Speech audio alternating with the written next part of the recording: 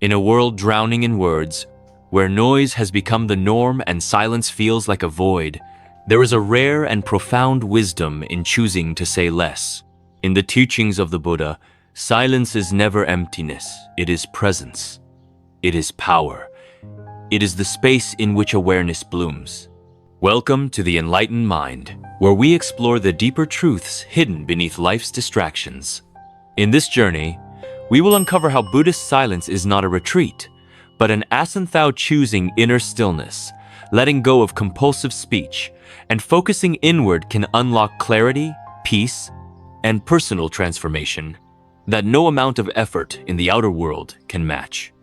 This is more than just a practice, it's a revolution of consciousness. 1. Self-focus, the center of all change. We begin with a simple but unsettling question. Who are you building your life for? In the rush of daily responsibilities, social expectations, and self-comparisons, it's easy to forget that our time is not infinite.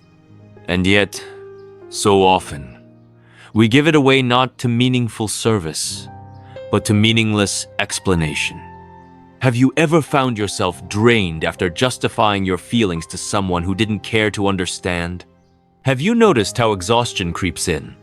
Not from action, but from the need to be seen, to be validated, to be understood by those who aren't truly present. The Buddha taught that peace is not something we must seek, it is something we return to. The center is not out there. It's not in applause, it's not in results, it's not in perception. It is in you. Focusing on yourself is not selfishness. It is self-realignment. It is the first noble step toward freedom.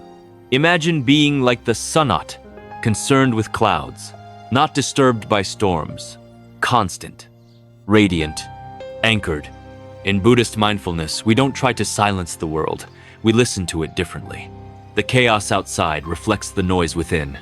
When you stop watching others and start witnessing your own breath, your own thoughts, your own values, you begin to reclaim your energy. Daily practice. Begin each morning with a question. What am I here for today? Observe your inner dialogue. Notice when you are performing instead of being. Breathe. Just breathe. In silence, feel your existence beyond roles. The more you focus inward, the more everything else aligns outward. That's the paradox. Peace is not found by trying to fix everything around you. It is found by anchoring into the truth within you. 2. Silence is strength, the power of restraint. There is a kind of courage few admire publicly, the courage to say nothing. In a world addicted to opinions, the ability to stay silent is seen as passivity. But Buddhist silence is not avoidance, it is precision. It is the conscious choice to protect your peace, to wait until your words serve truth instead of ego. Think of a still pond. It reflects perfectly not because it tries, but because it is undisturbed. So too is the mind when it is silent. It sees clearly. Every word you speak spends energy. Every reaction costs you presence. When we are provoked and respond immediately, we are not free, we are enslaved by our impulses. But silence invites a new rhythm, a new kind of power. Not the power to dominate, but the power to discern. As the Zen masters say, when you are silent, you hear more. Practice of sacred silence. Pause before responding. Ask, is this reply necessary? Will it bring peace? Resist the urge to defend. Let misunderstanding pass like wind through trees. Speak less. Listen more not to judge, but to understand. Over time, you'll see. The most magnetic people are not the loudest. They are the most grounded. Their silence speaks volumes. And in that silence, others begin to feel safe, seen, and soothed. 3. Detachment from negativity. Freedom in letting go. You only lose what you cling to. The Buddha. Pain is not always what happens to us. Often, it is how long we hold on to it. An insult only lingers because we replay it. A failure only defines us because we wear it like skin. What if we learn to let go? In Buddhist practice, the mind is the sky. thoughts are clouds. Some are stormy, some light, but none are permanent. None define the sky. When we believe every negative thought, we lose our spaciousness. Imagine being untouchable, no, because you are numb, but because you are free. You see the emotion rise. You greet it. You let it pass. You are no longer a prisoner to every wave of reaction. Steps toward detachment. Notice what triggers you. What steals your calm? Pause. Breathe. Ask, is this mine to hold? Visualize releasing it, not as denial, but as freedom. True detachment is not indifference. It is sacred care for your own energy. It's choosing to rise instead of wrestle, to transcend instead of engage. This is how you become spacious. This is how you become light. 4. Discipline is divine. Build your inner temple. In Buddhism, discipline is not punishment.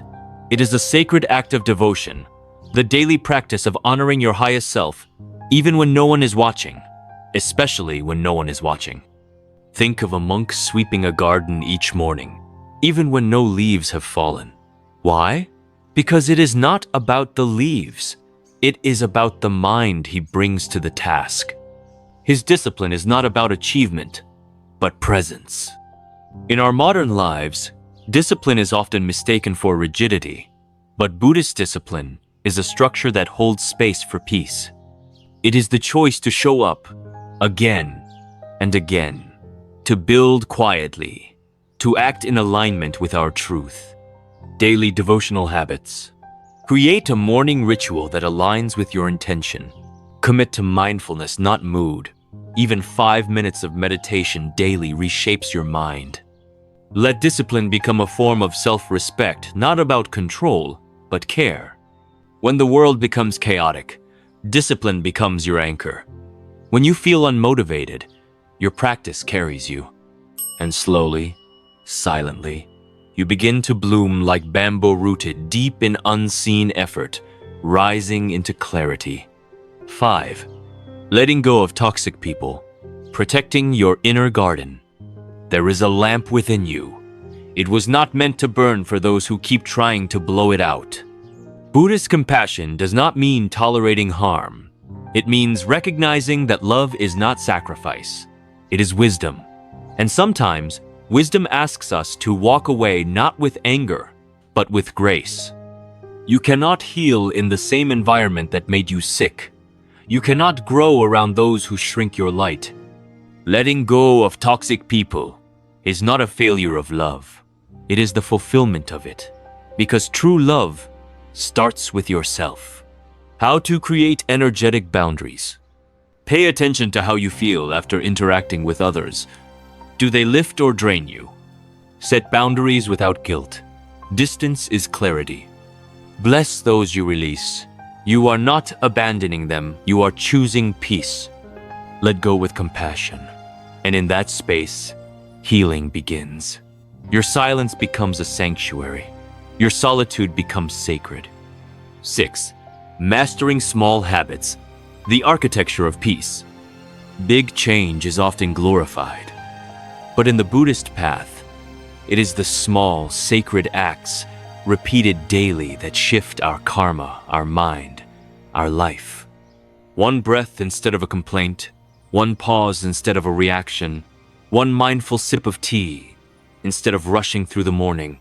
These are not mundane, they are monumental. Build your inner temple. Start with one habit: mindful breathing before meals. Anchor it to an existing routine. Protect it. Let it be non-negotiable. Over time, these small habits become the architecture of peace. You are not just building a routine, you are building who you are. Every choice whispers to your nervous system, I am safe. I am grounded. I am here. 7. Mindfulness in chaos. Respond, don't react. In the middle of a storm, a tree that bends survives. A mind that pauses transforms.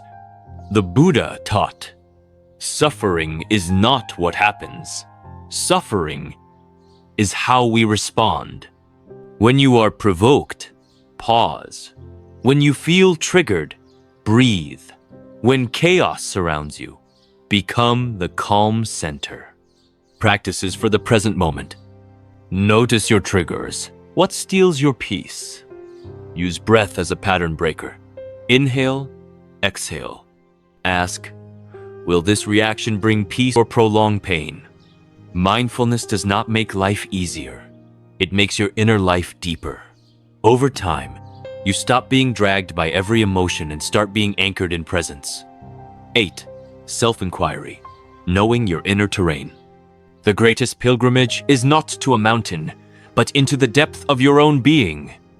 Self-inquiry is the flashlight that reveals our patterns, wounds, and potential. It is not about judgment, but curiosity. When you sit in stillness, ask, what am I avoiding? What part of me is crying for attention? Where am I not being honest with myself? Write, reflect, witness. Every fear is a doorway. Every avoidance is a map. You are not broken, you are becoming. 9. Digital detachment.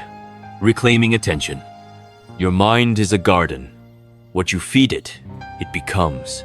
And in a world of screens and scrolls, we are feeding frenzy instead of stillness.